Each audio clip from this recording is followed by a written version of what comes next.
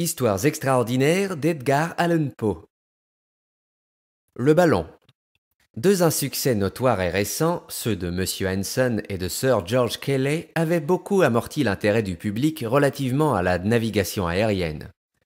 Le plan de M. Henson, qui fut d'abord considéré comme très praticable même par les hommes de science, était fondé sur le principe d'un plan incliné, lancé d'une hauteur par une force intrinsèque créée et continuée par la rotation de palettes semblables en forme et en nombre aux ailes d'un moulin à vent.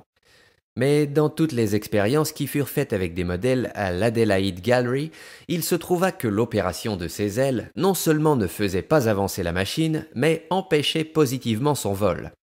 La seule force propulsive qu'elle ait jamais montrée fut le simple mouvement acquis par la descente du plan incliné, et ce mouvement portait la machine plus loin quand les palettes étaient au repos que quand elles fonctionnaient, fait qui démontrait suffisamment leur inutilité.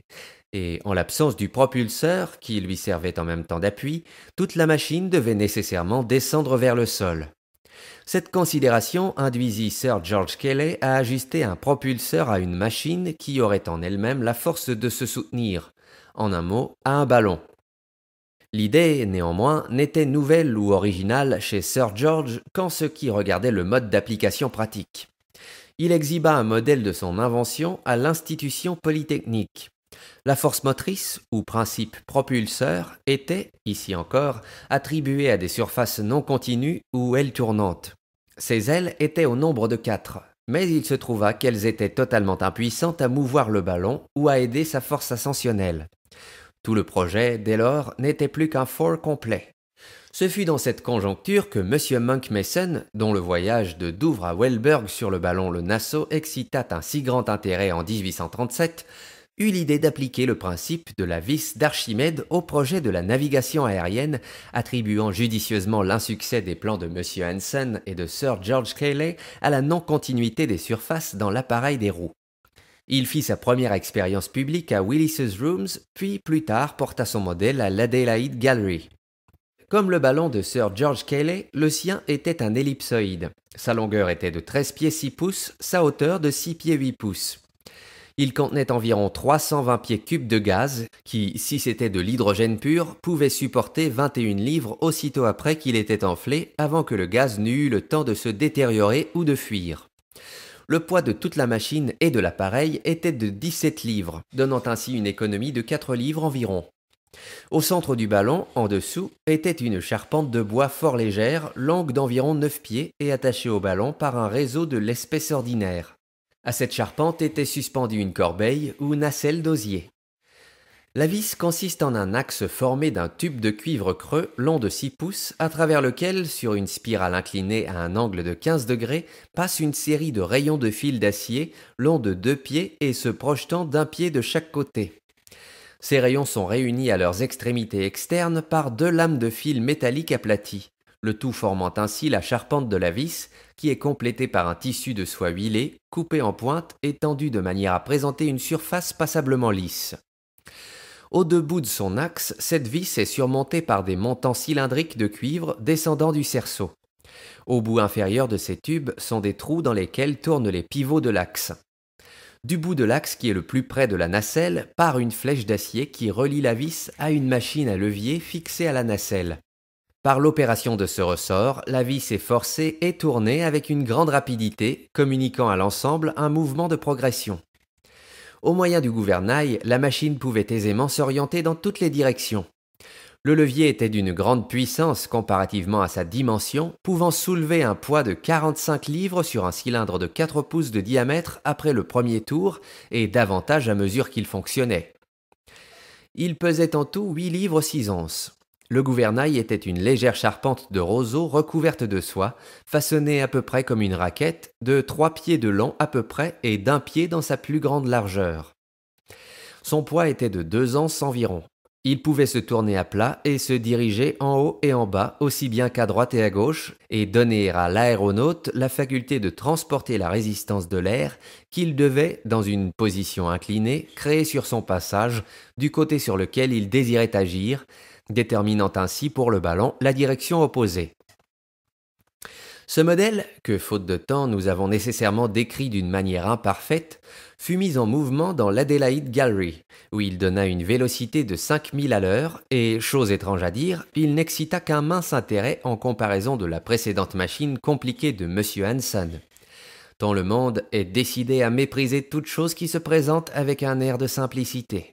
Pour accomplir le grand désidératum de la navigation aérienne, on supposait généralement l'application singulièrement compliquée de quelques principes extraordinairement profonds de dynamique. Toutefois, M. Mason était tellement satisfait du récent succès de son invention qu'il résolut de construire immédiatement, s'il était possible, un ballon d'une capacité suffisante pour vérifier le problème par un voyage de quelque étendue. Son projet primitif était de traverser la Manche comme il l'avait déjà fait avec le ballon Le Nassau. Pour favoriser ses vues, il sollicita et obtint le patronage de Sir Everard Bringhurst et de M. Osborne, deux gentlemen bien connus par leur lumière scientifique et spécialement pour l'intérêt qu'ils ont manifesté pour les progrès de l'aérostation. Le projet, selon le désir de M. Osborne, fut soigneusement caché au public. Les seules personnes auxquelles il fut confié furent les personnes engagées dans la construction de la machine, qui fut établie sous la surveillance de messieurs Mason, Holland, de Sir Everard Bringhurst et de M. Osborne dans l'habitation de ce dernier, près de Penstrott Hall, dans le pays de Galles. M. Hanson, accompagné de son ami M. Ainsworth, fut admis à examiner le ballon samedi dernier, après les derniers arrangements pris par ces messieurs pour être admis à la participation de l'entreprise. Nous ne savons pas pour quelle raison les deux marins firent aussi partie de l'expédition, mais dans un délai d'1 ou 2 jours, nous mettrons le lecteur en possession des plus minutieux détails concernant cet extraordinaire voyage. Le ballon est fait de soie recouverte d'un vernis de caoutchouc. Il est conçu dans de grandes proportions et contient plus de 40 000 pieds cubes de gaz. Mais comme le gaz de houille a été employé préférablement à l'hydrogène, dont la grande force d'expansion a des inconvénients, la puissance de l'appareil, quand il est parfaitement gonflé et aussitôt après son gonflement, n'enlève pas plus de 2500 livres environ. Non seulement le gaz de houille est moins coûteux, mais on peut se le procurer et le gouverner plus aisément. L'introduction de ce gaz dans les procédés usuels de l'aérostation est due à M. Charles Green. Avant sa découverte, le procédé au gonflement était non seulement excessivement dispendieux, mais peu sûr. On a souvent perdu 2 ou même 3 jours en efforts futiles pour se procurer la quantité suffisante d'hydrogène pour un ballon d'où il avait toujours une tendance à fuir grâce à son excessive subtilité et à son affinité pour l'atmosphère ambiante. Un ballon assez bien fait pour tenir sa contenance de gaz de houille intacte, en qualité et en quantité, pendant 6 mois, ne pourrait pas conserver 6 semaines la même quantité d'hydrogène dans une égale intégrité.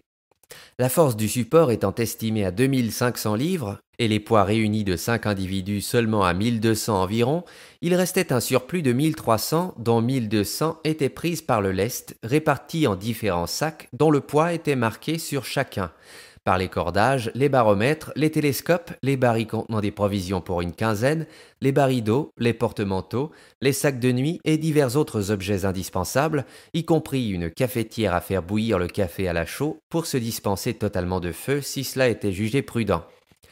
Tous ces articles, à l'exception du lest et de quelques bagatelles, étaient appendus au cerceau. La nacelle est plus légère et plus petite à proportion que celle qui la représente dans le modèle. Elle est faite d'un osier fort léger et singulièrement forte pour une machine qui a l'air si fragile. Elle a environ 4 pieds de profondeur. Le gouvernail diffère aussi de celui du modèle en ce qu'il est beaucoup plus large et que la vis est considérablement plus petite. Le ballon est en outre muni d'un grappin et d'un guide rope, ce dernier étant de la plus indispensable utilité. Quelques mots d'explication seront nécessaires ici pour ceux de nos lecteurs qui ne sont pas versés dans les détails de l'aérostation. Aussitôt que le ballon quitte la Terre, il est sujet à l'influence de 1000 circonstances qui tentent à créer une différence dans son poids, augmentant ou diminuant sa force ascensionnelle. Par exemple, il y a parfois sur la soie une masse de rosée qui peut aller à quelques centaines de livres. Il faut alors jeter du lest, sinon l'aérostat descendra. Ce lest jeté et un bon soleil vaporisant la rosée et augmentant la force d'expansion du gaz dans la soie, le tout montera de nouveau très rapidement. Pour modérer notre ascension, le seul moyen est, ou plutôt était jusqu'au guide rope inventé par M. Charles Green, la faculté de faire échapper du gaz par une soupape. Mais la perte du gaz impliquait une déperdition proportionnelle de la force d'ascension, si bien que, dans un laps de temps comparativement très bref, le ballon le mieux construit devait nécessairement épuiser toutes ses ressources et s'abattre sur le sol. C'était là le grand obstacle au voyage un peu long. Le guide rope remédie à la difficulté de la manière la plus simple du monde. C'est simplement une très longue corde qu'on laisse traîner hors de la nacelle et dont l'effet est d'empêcher le ballon de changer de niveau à un degré sensible. Si, par exemple, la soie est chargée d'humidité, et si conséquemment la machine commence à descendre, il n'y a pas de nécessité de jeter du lest pour compenser l'augmentation du poids, car on y remédie ou on la neutralise dans une proportion exacte en déposant à terre autant de longueur de corde qu'il est nécessaire. Si, au contraire, quelques circonstances amènent une légèreté excessive et une ascension précipitée, cette légèreté sera immédiatement neutralisée par le poids additionnel de la corde qu'on ramène de terre. Ainsi, le ballon ne peut monter ou descendre que dans des proportions très petites et ses ressources en gaz et en lest restent à peu près intactes. Quand on passe au-dessus d'une étendue d'eau, il devient nécessaire d'employer de petits barils de cuivre ou de bois remplis d'un lest liquide plus léger que l'eau. Ils flottent et remplissent l'office d'une corde sur la terre.